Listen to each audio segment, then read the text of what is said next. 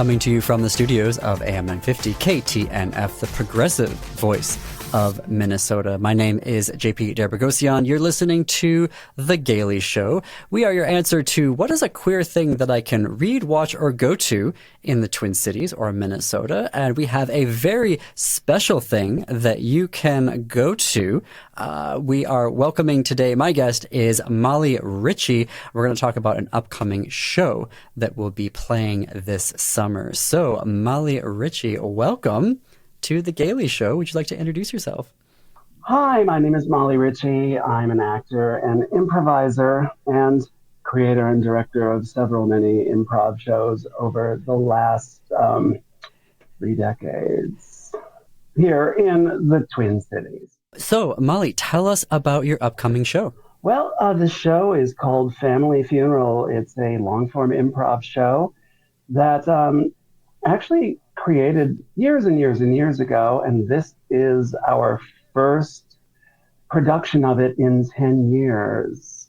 Wow. So tell us so when you say Family Funeral, what is that? Is it is it a comedy? It is kind of a comedy.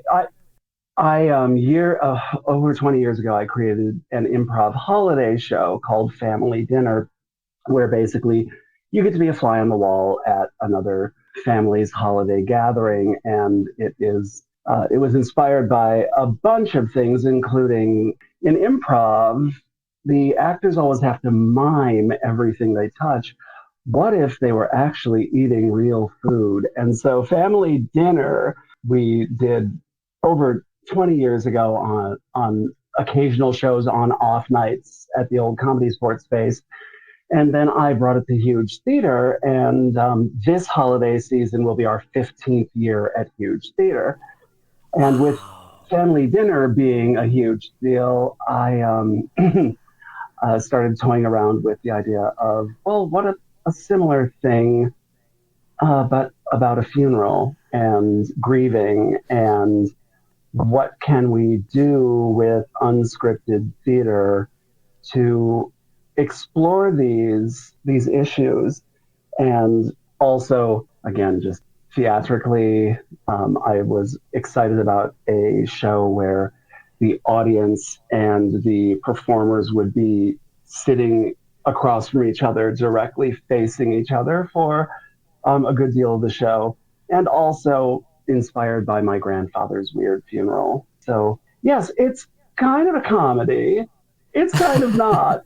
We opened last Saturday, and it was fun to be in the back of the house and feeling the audience's discomfort, joy, perhaps bafflement, but also I think a lot of them left like a little bit changed, just because this is not what you expect when you go see improv.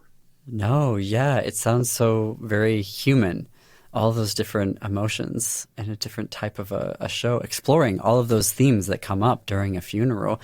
How does that work, though, in terms of, so with this type of a show, are there particular like beats, like plot points that you want to get to, or is it literally like these are the scenarios and we're going to kind of go from there? How it works, it's kind of like the structure of Family Dinner, except backwards. In Family Dinner, Act 1 is we get to meet all the characters, they're all coming home, and then Act 2 is one long scene that takes place at the dining room table. This is kind of, Family Funeral is kind of this backwards, because all of Act 1 takes place in the church or community center or wherever the actual ceremony is being held. All takes place in a row of chairs, and we get to meet the characters, try and suss out a little bit about their relationships to each other, their relationships to the deceased, and then about partway through Act 1, the actual ceremony starts, and we get to watch them watching the ceremony and occasionally getting up and doing a reading. And then Act 2 takes place at the reception afterwards, which I think I just learned is called a repast, if it's after a funeral, at one of their houses, where they can further explore themes that were just minusculely brought up in the first act about relationships. That's amazing. How did you come to directing improv theater? I did a lot of improv, basically like right out of high school. A friend of mine got hired by Comedy Sports, which had just opened its Minneapolis location. And he said, "Well, I've got to go see a lot of shows. You want to go see some improv shows?" And I said, "Sure." And so I started going and seeing shows. And then not long after that was hired by Comedy Sports. And I just fell in love with improv and whenever I went away from it and would just be focusing on scripted theater, I would miss it so much. And a lot of improv, especially back in the 90s locally, I think a lot of us start to look at like, wait, what can we do with this weird art form? This weird art form that the audience walks in not expecting anything from.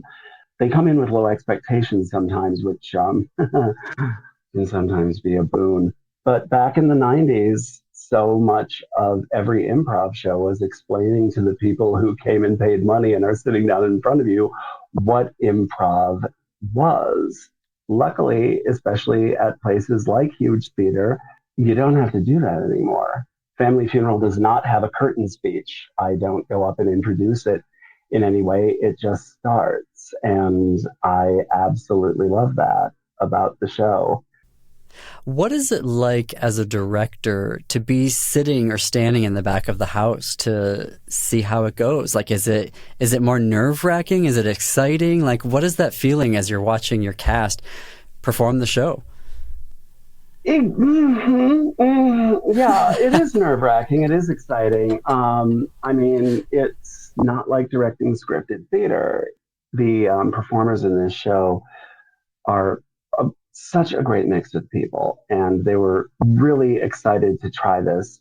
I don't know. It's like fly, little birds, fly, and I hope that I taught them how to preen their wings correctly, and especially with a show like this, because this is a show where, as I told people both in auditions and in rehearsal, not only is the audience's laughter not your goal, if the audience laughs, is none of your goddamn business in this show.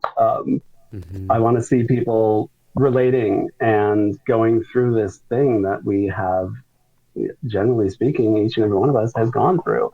What is it like to grieve, and when is that absurd? And there's good places in the show for the audience to put absurdity into it, so we get to watch people dealing with the absurdity that can come up in what's supposed to be a very solemn occasion. Well, thank you, Molly. This has been so wonderful to talk about Family Funeral. I look forward to having you back here on The Gailey Show. Please come back soon, and we'll talk all about your next production. Oh, will do. Absolutely.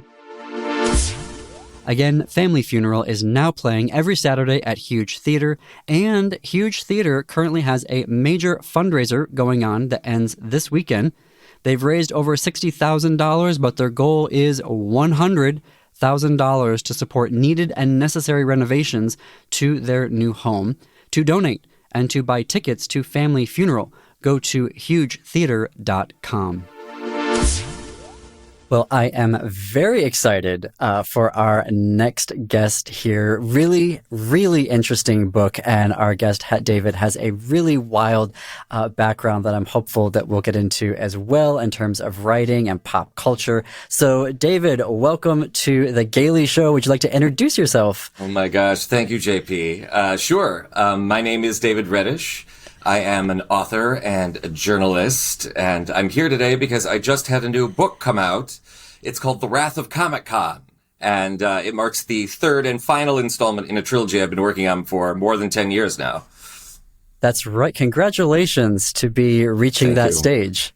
You never know. You never know when it's actually going to be finished, like when you start something like this. So it feels very good that it's finally done. Well, congratulations. And can you tell us... well, I mean, where should we start? Should we start with like the whole like series, or should we start with the newest book that you can tell us about? Well, I think I can dovetail both of those a little bit. So this is a series called the Comic-Con Chronicles, or more vernacularly known as the Sex, Drugs, and Superheroes trilogy.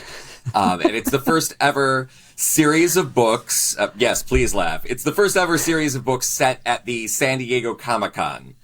And it's all about geek culture and creativity and what it means to be a fan in this day and age where Hollywood is just mining geek properties left and right. Star Wars, Star Trek, Marvel, the list goes on, right? So this series covers the same group of characters, over the period of about, 6 or 7 years. The main character is an aspiring writer, and he's also looking for love in Comic-Con, which may or may not be the right place for it. And the third book finds he and his friends reuniting. They have their first short film about to come out at Comic-Con, and a mysterious character arrives with the intentions of actually destroying him at the convention. So a lot of intrigue in this third installment, I have to say. What does destroy mean? That could go so many different ways in Comic-Con land. Well, that's exactly right. So to get into a little bit more detail about that, so this third book is very different from the other two in the sense that the first two are only narrated by one person. They're told in first-person point of view, so you kind of exist in this character's mind and you understand his insecurities and like his sort of modes of thinking a little bit better. This third book continues that, but there's also a second narrator now. So there's a parallel narrative. The original character's in 2012, living through it all. And, this other character is in 2047?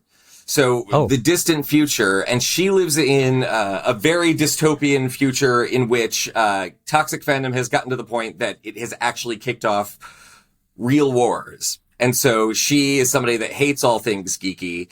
And in doing her own research about this world that she lives in, she realizes that this one character that has been narrating the past two books is actually the key to all of this awful destruction starting. So I take a sci-fi approach to it, which is something that existed in the other two books, but I did have to turn up the volume a little bit here. So you have these two different characters whose journeys are sort of reflecting one another, who are sort of the mere opposites of one another, foils, if you want to throw out a sort of literary term there.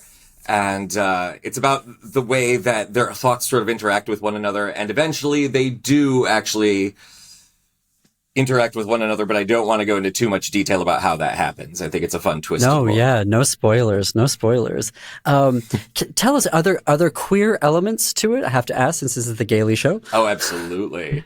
Yes, no, that's absolutely. The main character is queer. He's openly gay. Most of the characters are LGBTQ. That was something that was very important to me when I sat down to write the first book, because there was, at that time, I was writing it in the mid-aughts. There was still not a lot of representation. Certainly within, like, geek culture, there was no talk of queer people in geek culture. Now, those of us that were queer and geeks, we knew it was there from the very beginning, but it was not something that was openly discussed.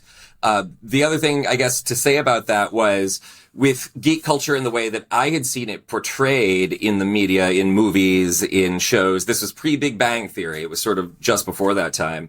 Nothing had really ever done geek culture justice. It was always something to condescend to. So I wanted to write something from the other way around, where not only was it queer affirming, it was geek affirming.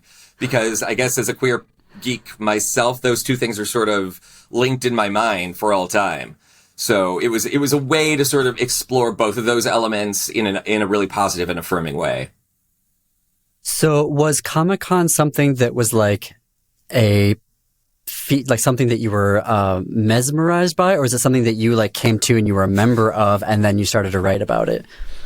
It was a little bit of both. It's funny. I grew up, pre-internet. I am that old. Pre-internet, we grew up, and there was not a lot of centralization of geek culture. That always existed around conventions, come to find out. But in the 21st century, with the rise of the internet and social media, and with the rise of convention culture, with Hollywood both starting the whole superhero revolution, where suddenly every superhero is getting 5 different movies. You have great geek works like Watchmen and Lord of the Rings. They're getting, adapted to the screen, Harry Potter. Suddenly geek culture became mainstream, and thus so did Comic-Con culture. So the first Comic-Con I attended was in 2004, And it was massive. And I had grown up thinking I've got to be the biggest nerd in the world, and then suddenly realized, oh no, I'm in way over my head here. Holy Lord. Oh my gosh. That first year, it was just like, I know nothing. I'm going to shut up and just listen. But it was a wonderful experience, and you bond with all these people and the creators, certainly convention culture in those days. It was the creators were very much the Joss Whedons and the Frank Millers and the Gail Simones, all these people interacting very directly with their fans and having lots of dialogue and conversations. And it felt like sort of a family dinner around the kitchen table. It had a very, very modest feeling to it. That's changed radically, obviously, as more money has come into convention culture, as more geek properties have become more and more popular, and as it has become this sort of cornerstone of pop culture, the San Diego Comic-Con. It's a very different feel now, and so that's something I really explore over the course of the 3 stories as well. Just the way con culture itself has sort of evolved and changed. Is there a particular genre that you always check out when you go to a Comic-Con? Like, is it particular, like comics or films or other things? I mean, I'm a big, big movie nerd. And the fact is, I used to read a lot of comics. I was a big Batman fan, a big DC Comics fan. Ooh, yeah. But something happened. This is a much longer conversation for another time. Something happened there in the mid to late aughts where suddenly they just kept pushing the reset button over and over again. And so we were supposed to have a whole new continuity, but that was going to last, for years, but that would last maybe 6 months. And then they were pushing the reset button again. And it was just, it's so exhausting to keep track of the continuity and the characters. And same thing with Marvel with their sliding time scale. Magneto's a Holocaust survivor, but he's built like a ripped 50-year-old. And it's like, okay, he would be 90, at this point. The sliding time doesn't make a lot of sense. The time travel, the alternate characters, at one point, Iceman, a very popular member of the X-Men. There were 2 different versions of Iceman. One that had come out in the 2000s, but the other one was from the 1960s and had time jumped into the future. So you have 2 versions of the same person that are living out 2 different points in their lives. It's a lot to ask of a readership. It really, really is. Yeah. So I have since gravitated from the page to the movies, though even those have become questionable, and that's a whole other can of worms as well, in terms of what they do or what they don't do. I'm just there at this point, it's become a big part of my career, going to these conventions, promoting my work, doing my journalistic work, conducting interviews and research on what's going on. So for me, it's definitely evolved. I'm now just there to be there and to sort of be a fixture of the convention, I suppose. I'm not there for any single thing anymore. Wow. The Iceman thing really irked me. So I don't know who I was talking to. They're like, yeah, Bobby came out. And I was like, what? Yeah. No. And I would research it and I couldn't find anything. And they're like, read this and this. And I'm like, oh, this is very confusing. I'll just stick with the Young Avengers, please. That seems to have a beginning, middle, and an end. And there's not 17 different versions of them yet. And, Earth 42 and 73 and all of that. Give it time, man. I know. America Chavez. I'm like, don't do that. Give it time. Don't have her jumping between those. But wow, we're really good. No, we're not going to do that because I could do that with you. Okay. All right. Talk to me about, so you worked at QWERTY, correct? Talk to me about your journalism career. Yes, I did. Very good. Yes. My journalism career, it was something that I just really got very lucky and I fell into. I had started writing books. I had trained to be a screenwriter. And we had our big writer's strike in 2008 out here, which just sort of devastated the industry. Yeah. Kind of like the one we had last year has subsequently devastated the industry. So I started writing books because I figured those would be an easier sell than a script. And as it turned out, I was right. So by the time my second novel had come out, my second novel is called The Passion of Sergius and Bacchus, and it was nominated for some major awards. And it got me a lot of notice, and I'm very grateful for that. But it also opened the door to people who were suddenly looking at me going, you're pretty good. Can you write about movies? Which, of course, I've been waiting my whole life to hear that phrase. So I started journalism. QWERTY, I also got very lucky. My friend Jace Peoples was exiting the organization and suggested I take over as their entertainment editor. They didn't have much in the entertainment coverage department at that time. So I expanded what ultimately became the entire brand and what QWERTY does to encompass more celebrity interviews, encompass more representing the community, talking to community leaders, just sort of exploring the community in all its aspects. And the way that we're represented in pop culture was something that was very, very important to me. So at one point I was writing between 2,500 and 3,000 words a day for Queerty, just to sort of stay caught up. It was a very, very exhausting experience, but I was able to explore so much. And, you know, I like pushing myself as a writer. So I found a way to do it that way. I find 3,000 words like every 2 weeks to be, what were you writing about? Oh my God. That's a lot. Everything. You know, when you have to write, cranking out at least one feature interview a day, I was writing 3 or 4 weekly columns, all of which ran, 2,000 words at minimum, some retrospectives on movies. I had a weekly, it was twice a week. I was doing, queer movies that people needed to check out, or movies with a queer twist, or something that was relevant to what was going on sociologically, culturally. So maybe a movie about politics where queer life gets roped into it, or maybe a movie about this actor who just celebrated some milestone or something.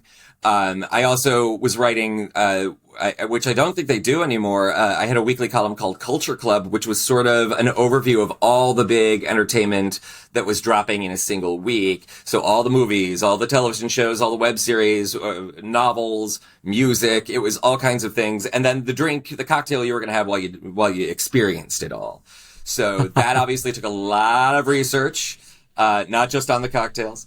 Took a lot of research. It took a lot of work, but it was very, very satisfying. And I know, I guess there's no way to say this without sounding like an egomaniac, but I know there were people that only read Queerty specifically to read that column, which was very, very flattering to me. And it still means a lot that I connected with people that way. Is it overstating it to say that, you sound like you helped grow Queerty into the giant that it is today? It rivals our biggest, print publications at the height of where they were at. Yeah. Well, when I was there, we were actually, in terms of traffic, beating the print publications, in terms of readership. I can say that on my watch, this is just a statement of fact, on my watch, our readership skyrocketed. When I started, I want to say we were doing about 6 million readers a month. It was more than 8 million, I know, when I left. And the revenue for the company, which is nothing I'll go into, but it had more than doubled in terms of ad sales. So I like to think I had something to do with that. David, dang. Wow. That's amazing. So I have some more questions for you that I want to ask about, particularly around queer media, because you are well situated, I think, to answer them. But I'm running up on time here, so tell us, how can we connect with you? You can find me on social media. On Instagram, I am the Gay Magneto. That's all one word. Yes, Magneto from the X-Men. All one word. You can find me there. You can find my recent work on wealthofgeeks.com, where I am managing editor and lead film critic. So you can find a lot of my interviews, essays, and movie reviews that way. And you can find my novels at fine retailers, particularly Amazon.com. If you just enter my name, David Reddish, that's Reddish with 2 Ds, my author page will come up and you can have access to all of my work that way. Perfect. Well, we are going to continue this conversation on our YouTube channel and everywhere that you stream your podcast, or am950radio.com. David, thank you for being here on The Gaily Show. Thank you, JP. Thank you to all your listeners. Well, that is our show for today. Thanks everyone for listening and or watching. Our podcasts are executive produced by Jim Pounds. Creative and accounting support provided by Gordy Erickson. Production, distribution, and marketing support provided by Brett Johnson, Chad Larson, Laura Headland, and Jennifer Ogren from AM950. You can find us on social media. Search for This Queer Book Saved My Life on Facebook. We're at This Queer Book on Instagram and at _Gaily Show. Follow us on Instagram for preview clips from upcoming episodes. For The Gaily Show, check out our YouTube channel, unless you're watching us there right now. We're also on AM950's YouTube channel and Facebook page. As always, you can connect with us through our website, thisqueerbook.com. On our website, you can leave me a voice message of the current LGBTQ books, film, or TV you're loving right now. And if you have LGBTQ entertainment news with a Minnesota angle, email gailyshow@thisqueerbook.com. That's GAILY show@thisqueerbook.com. And until our next episode, see you queers and allies in the bookstores.